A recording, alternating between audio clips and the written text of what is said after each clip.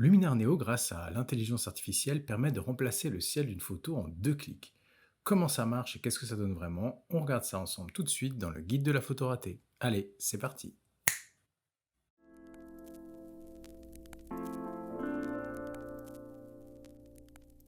Salut à toutes et à tous et bienvenue dans le guide de la photo ratée.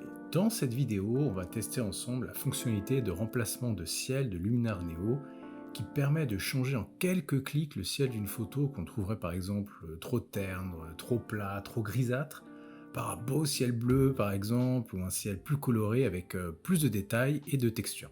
Comme beaucoup de fonctionnalités de Luminar Neo, cet outil est boosté par intelligence artificielle. Et l'idée, c'est que le logiciel va faire le gros du travail pour nous et va notamment faire en sorte de proposer un mélange, entre guillemets, un assemblage du nouveau ciel avec le reste de la photo qui va être cohérent, même si on aura tout à fait la possibilité de faire des ajustements complémentaires, comme on le verra ensemble.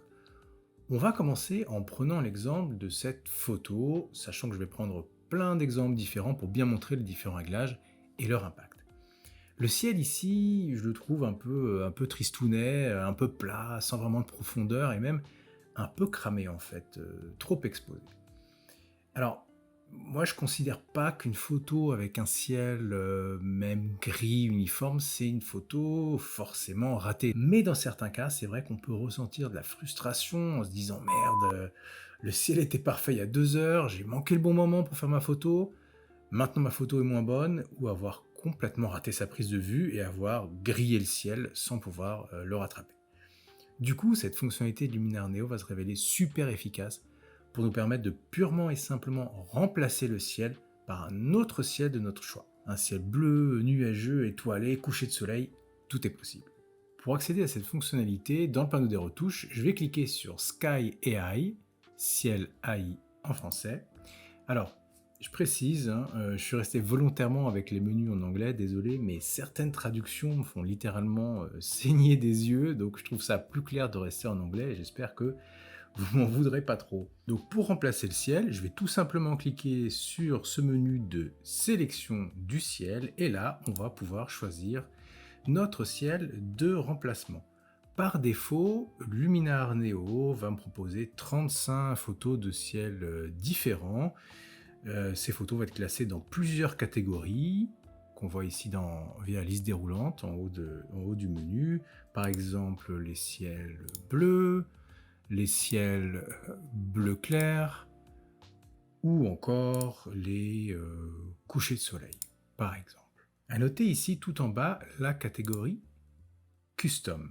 Et je vais m'arrêter une petite minute là-dessus parce que c'est intéressant. Les images de ciel proposées par défaut sont belles, franchement, il n'y a rien à dire. Alors, il y en a des plus naturelles que d'autres, bien sûr, mais globalement, ça permet de partir sur quelque chose de sympa. Le souci, c'est que moi, comme vous, comme les milliers d'utilisateurs de Luminar Neo, on va utiliser cette même bibliothèque de ciel. Du coup, on peut se retrouver avec des situations où, bah tiens, c'est bizarre, sur une de vos photos de vacances du Monténégro, vous avez exactement le même ciel que la photo de profil Facebook de votre voisin qui était à New York la semaine dernière. Donc, pour être un peu plus original, vous pouvez utiliser votre propre bibliothèque d'images de ciel. Si vous comptez utiliser cette fonctionnalité assez régulièrement, commencez à construire votre propre bibliothèque de photos de ciel.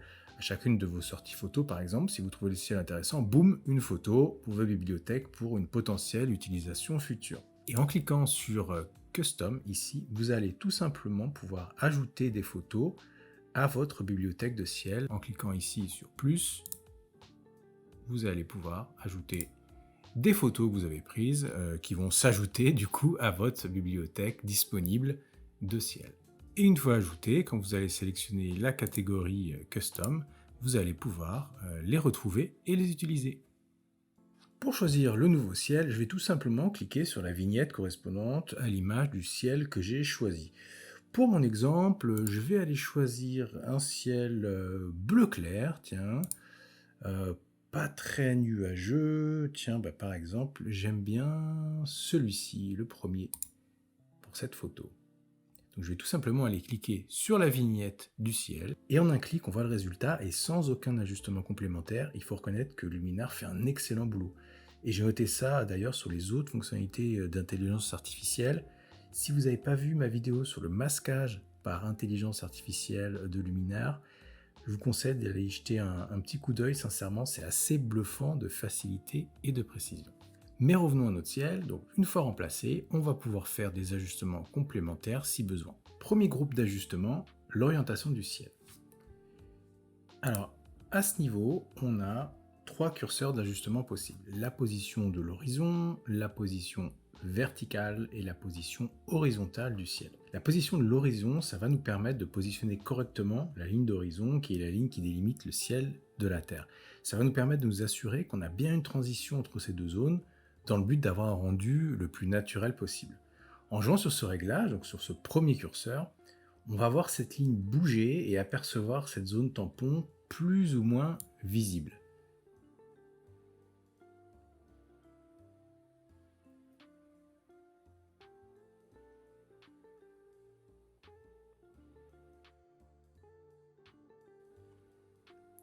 Une fois la position de la ligne d'horizon validée, on va pouvoir jouer éventuellement sur la position verticale du ciel. Dans le cas où, par exemple, vous avez un nuage ou une zone du ciel que vous souhaitez repositionner. Si je pars avec ce curseur, donc le deuxième curseur, position verticale, si je pars vers la droite, donc je fais remonter le ciel, ça a peu d'intérêt, je vais forcer un peu, vous allez voir, parce qu'en fait, je vais faire disparaître une partie de mon nouveau masque, c'est-à-dire mon nouveau ciel, et c'est le ciel originel qui va apparaître derrière, en fait. Par contre, en poussant le réglage vers la gauche, l'image va être ajustée à la verticale tout en conservant la contrainte de la ligne d'horizon qui, elle, va être conservée. Ça permet, si besoin, de positionner des nuages différemment. Donc n'hésitez pas à jouer avec ce réglage pour ajuster la position du ciel comme ça vous convient. Moi, je vais revenir ici à la valeur par défaut puisque ça me convenait tout à fait. Au niveau horizontal, donc le troisième curseur ici, position horizontale, l'idée c'est de pouvoir décaler à l'horizontale, du coup, notre nouveau ciel, là encore, si vous trouvez que la position des nuages ne vous convient pas. Donc là, par exemple, on va pouvoir étirer le ciel, le décaler plutôt vers la droite ou vers la gauche, toujours en gardant effectivement notre ligne d'horizon. Donc Luminar va gérer ça correctement, ça va nous permettre facilement d'ajuster le rendu. Donc par exemple, moi je vais positionner voilà, ici, pour l'exemple, ça me convient bien. L'option de retournement, donc cette case ici qu'on peut cocher, flip en anglais, vous permet d'inverser, c'est-à-dire de retourner horizontalement le nouveau ciel, et ça va être important pour vous assurer de la cohérence au niveau de la direction de la lumière. On va prendre l'exemple de cette photo, mettons que vous remplaciez le ciel comme ça. Alors, par rapport à l'ombre projetée de la droite vers la gauche du modèle, on peut en déduire que le soleil vient de la droite. Et si vous avez un ciel comme celui-là avec des nuages sur lesquels la lumière frappe directement le côté gauche, il y a un petit problème de logique. Dans ces cas-là, inverser l'image du ciel permet de rendre plus cohérente la scène au niveau de la direction de la lumière. Donc, en cochant la case flip ici, je vais aller inverser horizontalement le ciel pour avoir quelque chose d'un peu plus cohérent. On va revenir à notre première photo pour le deuxième groupe d'ajustement, l'ajustement du masque. Alors on a 3 réglages au niveau de ce second groupe d'ajustement. Le premier, c'est le curseur global qui s'appelle général dans la version française. Et ce curseur joue sur le mélange entre le masque du nouveau ciel et la photo originale. Si j'abaisse la valeur de ce curseur, donc vers la gauche, on va avoir des parties du ciel original qui vont ressortir. Donc la taille du masque va être finalement réduite, alors qu'à l'inverse, si on pousse le curseur dans l'autre sens vers la droite, le masque du nouveau ciel va recouvrir des zones plus larges de la photo. Alors, pour se rendre compte de l'effet, je vais aller zoomer sur cette zone ici, et on va aller observer le ciel au niveau ici de ces poteaux et de ces câbles. Donc si je prends mon curseur global et que je le pousse complètement, on va forcer vers la gauche, on note qu'effectivement on a des parties, si vous voyez, c'est léger, mais on le remarque hein, autour ici des câbles. On a des parties du ciel original qui ressortent, donc le masque ne s'applique pas, on a des zones un peu grisâtres. Et à l'inverse, si je pousse, alors je vais pousser à l'extrême dans l'autre sens, je vais bien avoir le masque du nouveau ciel qui va être appliqué. Alors par contre, je vous recommande de ne pas trop pousser ce que j'ai fait là, hein, c'était pour l'exemple. Le problème, si on pousse trop, c'est que on va avoir tendance à avoir d'autres zones potentiellement de l'image qui vont être recouvertes par ce masque de ciel, notamment des zones où on n'a pas de ciel, donc le masque va baver un peu. Donc moi je vous recommande de garder la valeur par défaut, qui fonctionne très bien dans la grande majorité des cas. Bien sûr, n'hésitez pas à regarder, à voir le rendu, mais contrôlez bien le rendu global si vous ajoutez ce curseur. Et pour revenir à la valeur par défaut facilement, vous pouvez double-cliquer sur le curseur. Le deuxième curseur, Close Gaps, qui en français s'appelle combler les lacunes, ce réglage permet de faire ressortir des détails qui auraient été recouverts par le masque du nouveau ciel. Par exemple, si vous avez des câbles électriques, des branches d'arbres, n'hésitez pas à faire ressortir davantage de détails pour qu'ils ne soient pas masqués par le ciel grâce à ce curseur. Là encore, dans le doute, la valeur par défaut fait un super boulot dans la très grande majorité des cas. Mais on va regarder toujours sur cette zone ici le résultat et voir effectivement ce que ça donne. Donc par exemple, je vais faire comme tout à l'heure, je vais aller complètement vers la gauche pour réduire cette valeur. Et ce qui se passe, on le voit ici, on voit que mes câbles ont été masqués en partie, même les pylônes là, une partie a été masquée. À l'inverse, si je pousse vers la droite, donc je vais récupérer ces éléments, clairement, je vais aller récupérer plus de netteté, plus de détails dans ces zones. Là encore, ce que je vous recommande, valeur par défaut, contrôlez l'ensemble de votre image et regardez s'il y a un besoin d'ajustement. Mais si je reviens à la valeur par défaut, je vais double-cliquer. Dans mon exemple, je vois que la valeur par défaut faisait un bon boulot et j'avais globalement le niveau de détail tout à fait correct. Le troisième slider, troisième curseur, permet de régler les détails. Et ici, Luminar parle de contours précis des formes avec le ciel. C'est, j'avoue, un peu un mystère ce curseur. J'ai fait pas mal de recherches pour voir ce que les gens en pensent. Il semble avoir une portée très limitée. C'est à tester avec un niveau de zoom élevé autour des zones de détail, voir si ça peut apporter quelque chose sur vos photos. Moi, j'ai fait pas mal de tests avec des photos différentes. J'ai pas trouvé que ça apporte une très grande différence, honnêtement. Mais, encore une fois, n'hésitez pas à jouer avec, en fonction des photos, en fonction des scènes, je sais pas, des transitions, des contrastes entre zones de transition. Ça peut avoir son importance. Et n'hésitez pas à, du coup, poser vos commentaires dans la vidéo si vous avez des cas où ça a été utile. Je vois pas trop de différence sur les contours. Donc, je vais revenir toujours à la valeur par défaut.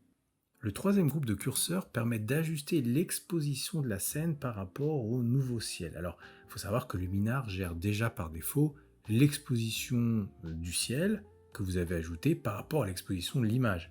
C'est là l'intérêt de l'intelligence artificielle et le but c'est d'essayer de proposer un rendu cohérent. Mais vous pouvez tout à fait trouver qu'il y a un écart finalement à corriger entre le ciel et le reste de la scène. Donc vous avez ces trois curseurs. C'est des curseurs qui ont un effet léger, voire très léger. Vous attendez pas à quelque chose de très fort. Le but c'est vraiment là d'être sur quelque chose pour vraiment affiner. Donc le premier curseur, ça permet effectivement d'aller éclaircir ou assombrir un petit peu la scène pour avoir quelque chose de plus cohérent entre la scène et le reste de la photo, donc d'assombrir ou d'éclaircir très légèrement la scène par rapport au nouveau ciel. Je vais revenir toujours à mes valeurs par défaut, mais je vais vous montrer les trois curseurs. Le deuxième, c'est au niveau de la saturation, c'est le même concept, c'est de légèrement ajuster la saturation de la scène par rapport au nouveau ciel. Comme je vous disais, c'est vraiment léger. Et le dernier, ça permet, si vous avez des humains, entre guillemets, sur votre image, si vous avez des personnes sur votre image, ça permet d'ajuster également la marge, l'exposition de la photo, spécifiquement sur ces zones où vous avez justement des personnes. Alors je tiens à préciser un truc important ici, si votre photo dans son ensemble, avec son nouveau ciel, a besoin d'ajustements plus prononcés, d'exposition, de saturation ou autre, évidemment, on pourra les apporter par la suite via les autres menus de retouche classiques en addition des retouches et des ajustements qu'on apporte ici, parce que comme vous avez vu là, ces trois sliders d'ajustement, c'est vraiment des réglages à la marge, et donc si vous avez besoin de choses un peu plus prononcées, évidemment que vous pourrez le faire, notamment en utilisant par exemple la fonctionnalité de masquage par intelligence artificielle, ce qui vous permettra d'isoler si besoin votre nouveau ciel pour faire des retouches complémentaires, ou inversement, d'isoler le reste de la scène pour faire les ajustements.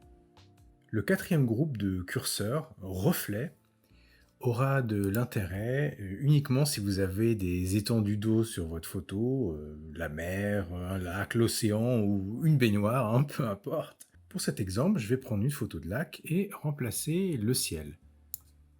Donc voilà, j'ai maintenant donc des reflets qui ont été générés par Luminar par rapport au nouveau ciel, au nouveau nuage en l'occurrence. Et avec ce premier curseur d'ajustement, je vais pouvoir aller gérer les reflets des nuages dans l'eau. Donc je vais pouvoir augmenter vers la droite ou de descendre complètement. Alors un conseil, hein, c'est comme tous les réglages en fait, hein, c'est de pas trop forcer pour garder quelque chose de naturel, mais c'est vrai qu'avec une bonne lumière et un ciel très chargé, de nuages bas, on a typiquement des reflets assez prononcés dans l'eau, donc vous pouvez tout à fait jouer avec ce curseur pour faire ressortir les reflets. On peut aussi, avec le deuxième curseur, gérer le flou au niveau de ces reflets dans l'eau, comme ça. Donc là, si je pousse, voilà, donc quelque chose de très flou, ou alors de beaucoup plus net.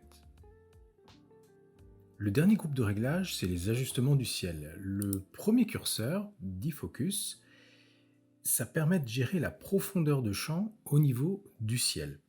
Alors on va prendre cet exemple, mettons que vous ayez pris une photo avec un premier plan proche de votre objectif, ou en longue focale, et que vous ayez un beau bokeh, un arrière-plan, donc un beau flou d'arrière-plan. Si vous changez votre ciel, par exemple comme j'ai fait ici, et que vous allez obtenir quelque chose comme ça, donc un ciel avec des nuages super nets, ça colle plus trop à la scène, hein. Donc ce que ça va permettre, ce réglage, ça va vous permettre artificiellement de gérer un flou au niveau du ciel, comme pour simuler une profondeur de champ plus réduite, et dans le but, encore une fois, d'obtenir une meilleure cohérence au niveau du rendu global de votre photo. Donc en passant d'ailleurs, tiens, puisqu'on y est, j'ai noté ici le détourage entre le ciel et la scène est pas terrible. Ça permet de revoir un ajustement qu'on a vu tout à l'heure avec la première photo. Si je vais dans les ajustements du masque, au niveau du réglage global de mon masque, si je le pousse, donc j'agrandis la taille du masque du ciel, donc de la zone que ça va couvrir, hop, par exemple ici, voilà, c'est un petit peu mieux, j'ai un détourage qui est plus correct.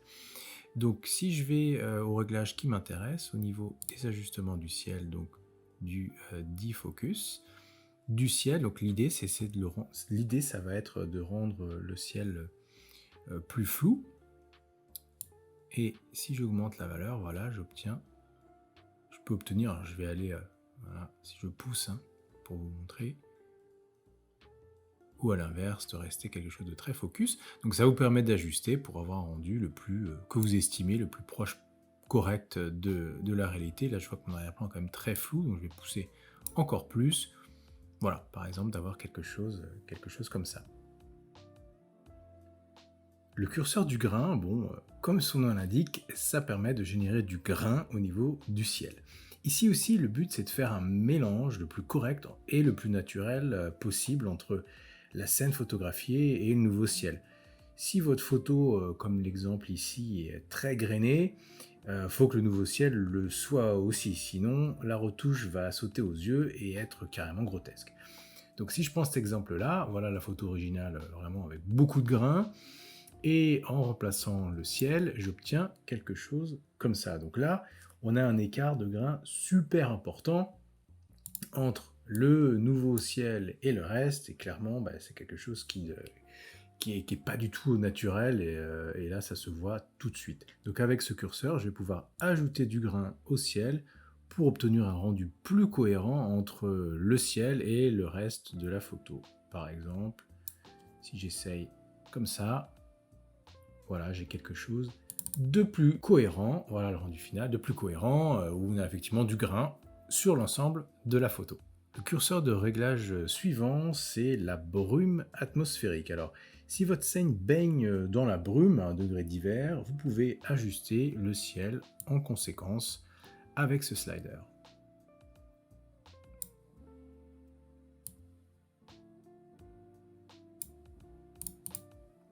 Ensuite, on a la possibilité d'ajuster la température, ce qui nous permet de refroidir ou de aller réchauffer le ciel pour, encore une fois, être en cohérence avec le reste de la scène.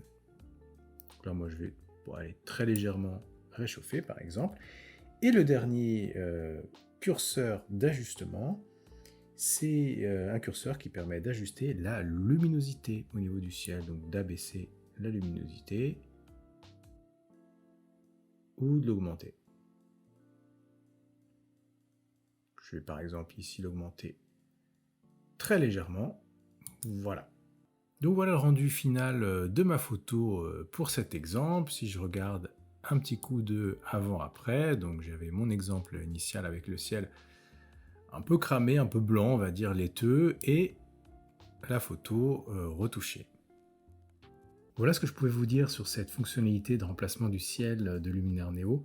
Comme on l'a vu ensemble, c'est très simple à utiliser et le résultat est vraiment de très bonne qualité. Alors, la question qu'on peut se poser, je sais que certains se la posent et j'ai lu un peu parfois des gens qui reprochent ce genre de logiciel et notamment ces fonctionnalités-là un peu d'intelligence artificielle. On peut se poser la question, est-ce que c'est encore de la photo quand on va si loin dans la retouche, notamment ici où on remplace carrément une partie de la photo par complètement autre chose, quoi.